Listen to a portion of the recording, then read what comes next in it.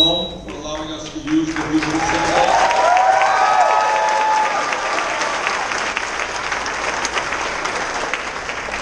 A few years ago, I was a mitzvah at a synagogue not very different from this. And I am delighted to be here with members of the immigrant community because my father was an immigrant.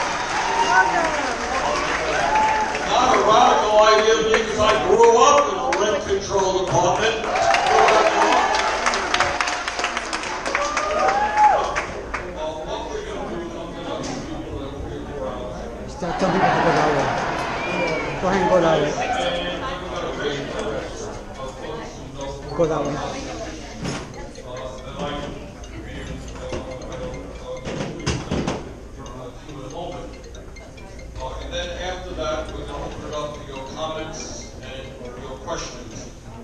I think the important thing that we're doing today is understanding that in terms of affordable housing, we have a major crisis, not just in California, but in fact all over the Central.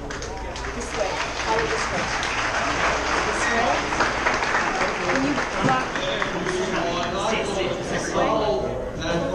This way? Can you block? This way. You want him to go this way? Yeah. This way? Come up with some very specific ideas as to how, in the wealthiest country in the history of the world, we end the absurdity of a half million Americans being homeless, and so many people spending 40, 50, 60% of their limited incomes in housing. That's what today is about.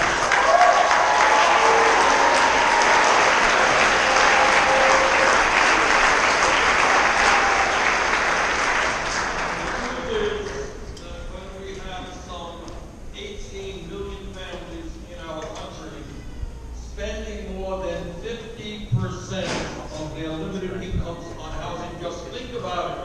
How do people buy the food? How do they take care of their kids? How do they put gas in their car? How do they afford health care?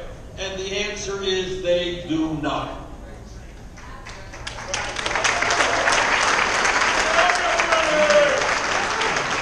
It is unacceptable to me that there is virtually no place in America, especially in states like California, where a full-time minimum wage worker can afford a decent one-bedroom apartment.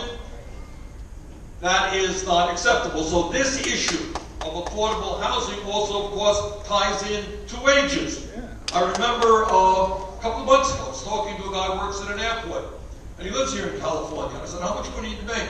It's not doing bad. We're making $17 an hour. He says, it doesn't mean anything because I am spending all of that to house my wife and kids.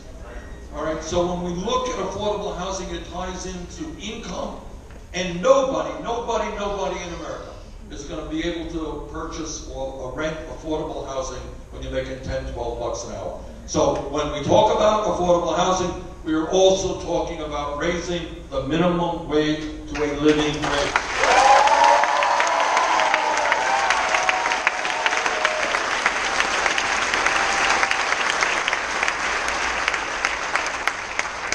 Then you talk about not only wages, you talk about housing, you talk about basic issues of morality. Today in America, we have well over 500,000 people who are either sleeping out on the streets or are in emergency shelters, including 58,000 right here in Los Angeles. And we have got to ask ourselves, what in God's name is going on in this country when we could give over $1 trillion in tax breaks to the top 1% and large profitable corporations, but presumably we do not have enough money to make sure that 500,000 of fellow Americans are not homeless. That is an outrage.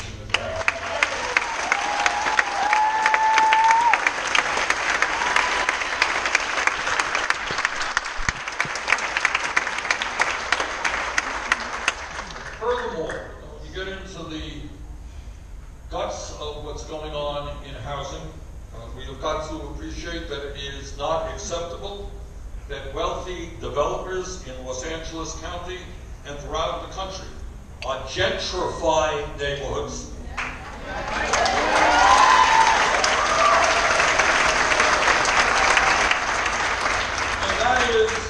that is ugly on two counts.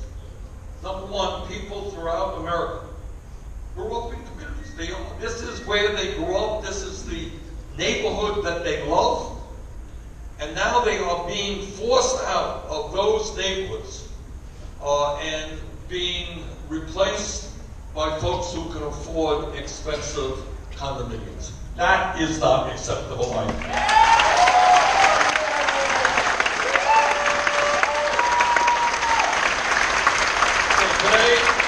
Today we are about to talk about gentrification and what that means to working class neighborhoods all over America. And unfortunately, and it will not surprise anybody in this room, we now have a president who is not just ignoring the affordable housing crisis, he and his administration are actively making it worse. If you can believe it, in the midst of this terrible housing crisis, instead of expanding federal housing programs, Trump is proposing to cut them by $9.6 billion, or 18%. This is how out of touch this White House is with the needs of working class families. Instead of expanding affordable housing, Trump is proposing to eliminate the National Housing Trust Fund, which is now the major program to build low-income rental units. And I take a little bit of umbrage with that because actually that was the legislation that I introduced, along with Barbara Lee here in California.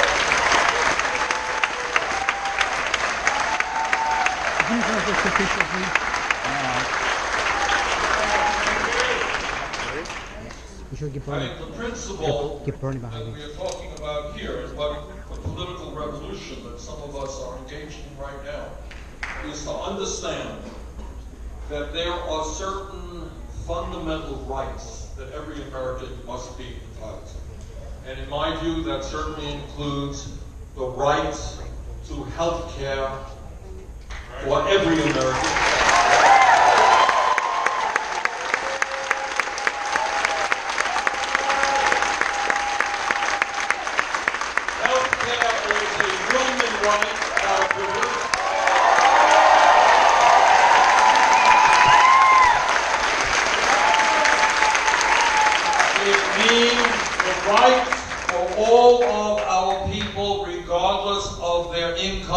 To get a higher education, which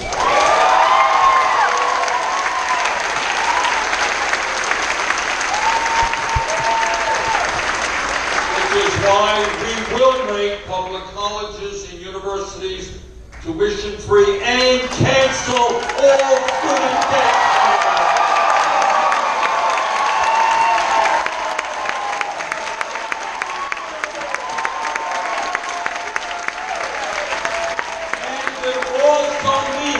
It also means the right to affordable housing in America.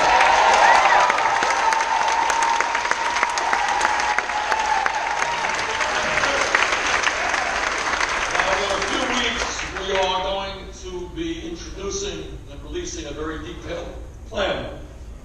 But let me tell you some of what, will be in that plan. First, we must significantly and permanently expand the National Affordable Housing Trust Fund to build the 7.5 million units of housing that lower-income people, senior citizens, and people with disabilities need.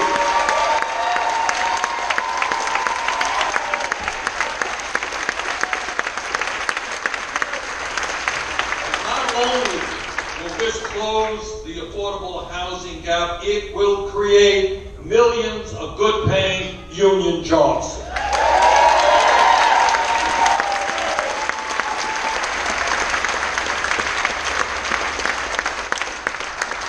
Second, we must fully fund the Section 8 rental assistance program. In Vermont, and I know all over this country, there are huge waiting lists to get Section 8 housing. We're going to end those waiting lists.